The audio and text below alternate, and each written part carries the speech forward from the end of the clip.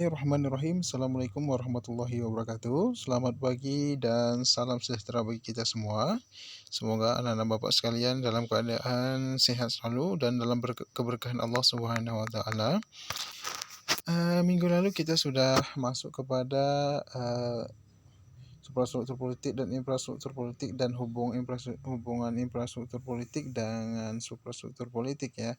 Oke, kita kaji sebentar sebelum kita masuk ke ke materi selanjutnya. Maka hari ini kita ingin bacakan kembali bahwa suprastruktur adalah struktur pemerintahan yang memiliki kewenangan untuk mengambil kebijakan. Ya, kemarin sudah kita diskusikan ya, sudah kita bahas. Suprastruktur itu politik itu adalah lembaga politik resmi atau mesin penggerak resmi dalam sebuah negara. Nah, ini contohnya kemarin kita jelaskan adalah seperti eksekutif, legislatif, dan yudikatif. Oke, yang termasuk ke dalam struktur politik ya seperti yang sudah kita lihat di sini ya, yang menjadi alat kelengkapan negara dan menyelenggarakan negara. Mereka ini adalah suatu lembaga yang telah dibuat oleh dalam sebuah negara untuk menyelenggarakan pemerintahan tentunya ya, dan membuat sistem juga sehingga dalam sebuah negara itu bisa berjalan dengan baik dan bisa berjalan dengan sesuai dengan ketentuan dalam sebuah negara. Oke, secara harfiah infrastruktur politik merupakan prasarana ya ataupun prasyarat agar sarana yang dimaksud dapat berjalan ya. Jadi suprastruktur politik ini juga tidak akan bisa jalan di mana harus ada kaitannya dengan infrastruktur politik ya sebagai sarana untuk menuju ke suprastruktur politik. Contoh yang disebut adalah infrastruktur adalah partai politik. Kita sudah pernah bahas partai politik itu adalah merupakan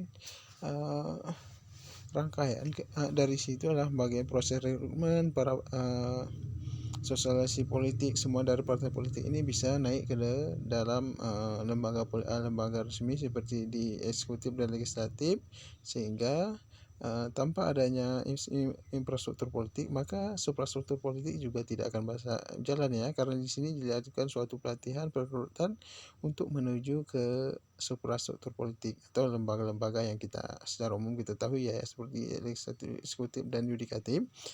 Kemudian juga golongan kepentingan, golongan penekan, public opinion, seorang orang perorangan, tokoh politik, LSM, advokat, dan lain-lain sebagainya ya.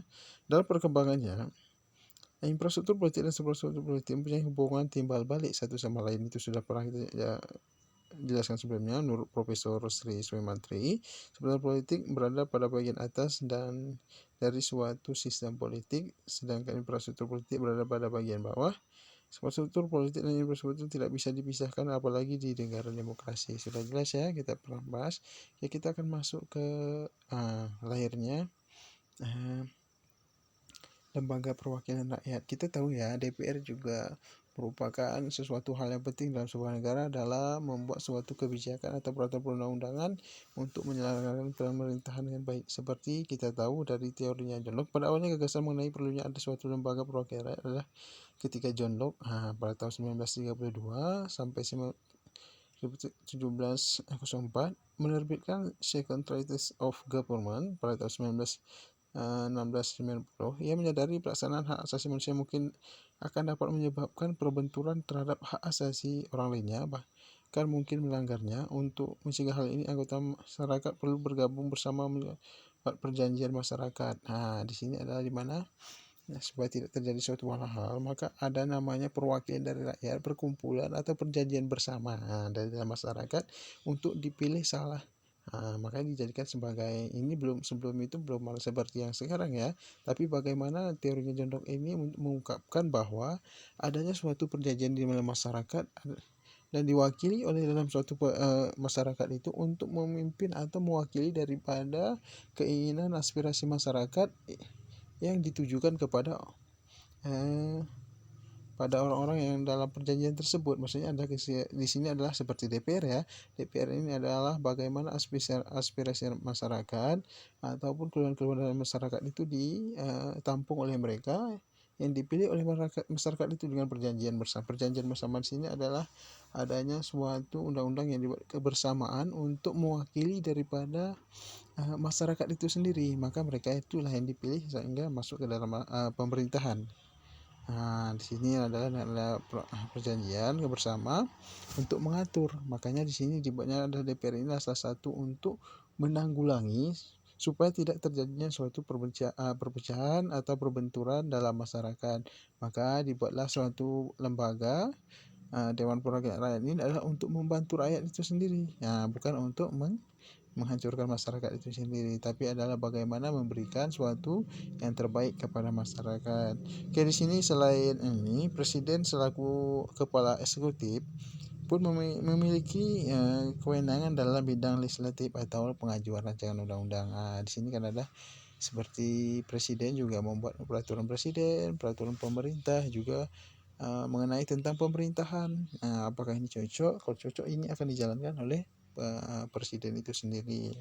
Maka dengan adanya peran dari presiden selaku kepala eksekutif, maka akan membantu pemerintahan dalam membuat peraturan undangan, sehingga dengan adanya kebijakan oleh pemerintah yang dilakukan oleh presiden, maka bisa membantu dalam proses penyelesaian masalah dan bentuknya seperti penyelesaian masalah dan membantu masyarakat dalam suatu kebijakan yang dibuat oleh presiden. Ini perlu ya kita bahas dalam pengajuan rancangan undang-undang, di mana di sini pemerintah juga memiliki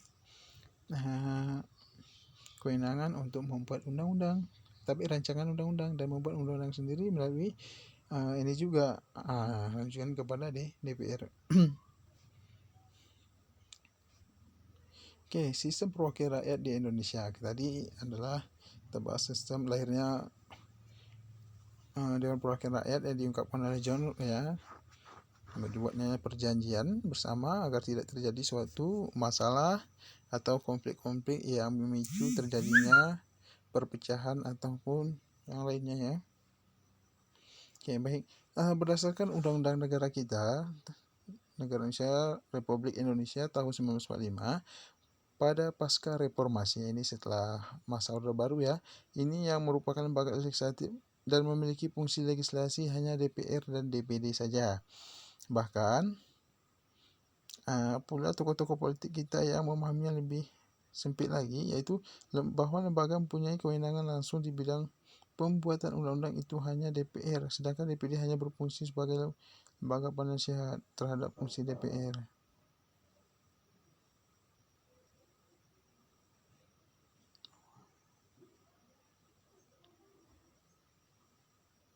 Oke, di sini kita tahu adalah DPR, kita tahu adalah pembuat undang-undang.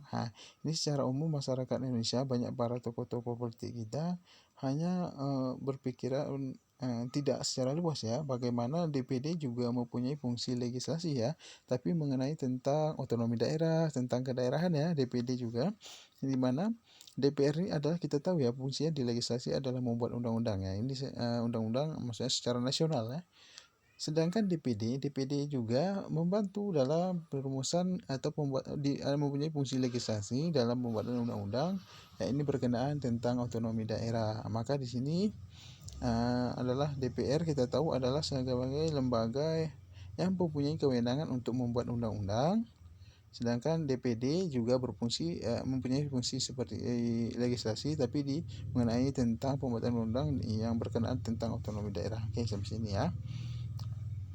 Kemudian kalau kita lihat daripada skema di bawah ini, di layar bisa lihat anak-anak. Skema Lembaga Negara Indonesia, Undang-Undang Negara Republik Indonesia tahun 1945, kita tahu Indonesia ini adalah terdiri dari lembaga legislatif, kekuasaan legislatif, eksekutif, dan kekuasaan yudikatif, dan satu lagi BPK ya, Badan Pemeriksa Keuangan yang independen. Berbeda dengan negara-negara lain ya. Kita mempunyai Badan Pemeriksa Keuangan sendiri.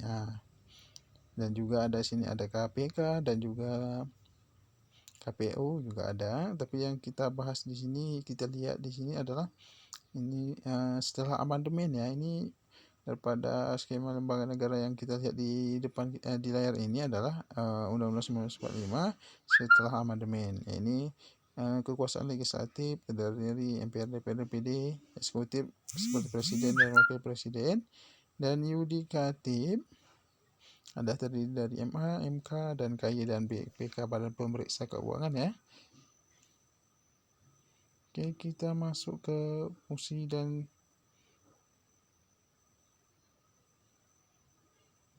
ini adalah seperti kita pernah pelajari di minggu berikutnya, tapi tidak secara jelas. Sudah kita jelaskan, tapi cuma secara garis besar ya. Tapi walaupun di situ saya jelaskan di materinya, tapi tidak saya tulis. Oke, di sini kita bisa lihat lebih terperinci ya tugas daripada tugas, fungsi, dan wewenang lembaga legislatif. Contohnya di bawah ini adalah MPR, tugas dan wewenangnya.